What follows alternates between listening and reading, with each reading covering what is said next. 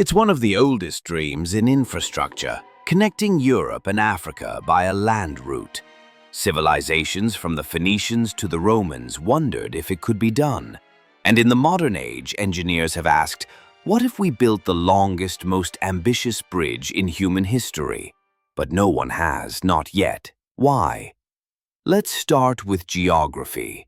The Strait of Gibraltar is narrow, just 14 kilometers wide at its slimmest point, but it's deep, really deep, up to 900 meters in some places.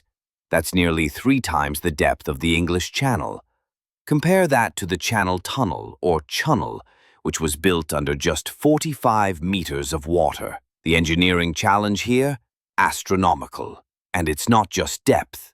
The seabed is unstable, the currents are fierce, and it's one of the busiest shipping lanes in the world. Today's longest bridges, like China's Danyang Kunshan Grand Bridge, are built over flat land or shallow lakes. A bridge over the Gibraltar Strait would need to survive deep ocean pressures, major earthquakes, and constant maritime traffic. To date, no bridge in the world has ever tackled all those at once. Even if we solved the engineering, there's the human problem. Spain and Morocco would both need to agree on funding, security, immigration control, customs, and more. And it's complicated. There are territorial disputes, especially around the Spanish enclaves of Ceuta and Melilla in North Africa. So, any bridge would be more than concrete and cables. It would be a geopolitical tightrope. Bridges have environmental costs, disrupting marine ecosystems, affecting migratory routes of sea life, increasing pollution. And then there's the cost. A Gibraltar bridge could run into the tens of billions of dollars. For what? A connection between two regions with vastly different infrastructure priorities.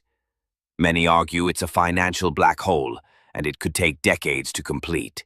So what about a tunnel instead? Spain and Morocco have discussed a rail tunnel under the strait since the 1980s. It would run 40 kilometers underground, longer than the Channel Tunnel. But it's still just an idea. Studies continue, but cost, risk, and politics keep pushing the dream further into the future. What if it did happen? A bridge or tunnel could transform trade, tourism, and diplomacy between the continents. It could be a symbol of unity, a gateway between the global north and global south. But it would also raise big questions.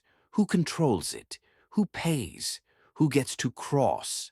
So why is there no bridge between Europe and Africa? Because nature, politics, engineering, and economics all said, not yet. But perhaps one day, when the world is more united and the technology is ready, this 14-kilometer dream might finally come true. Until then, the shortest distance between Europe and Africa remains uncrossed.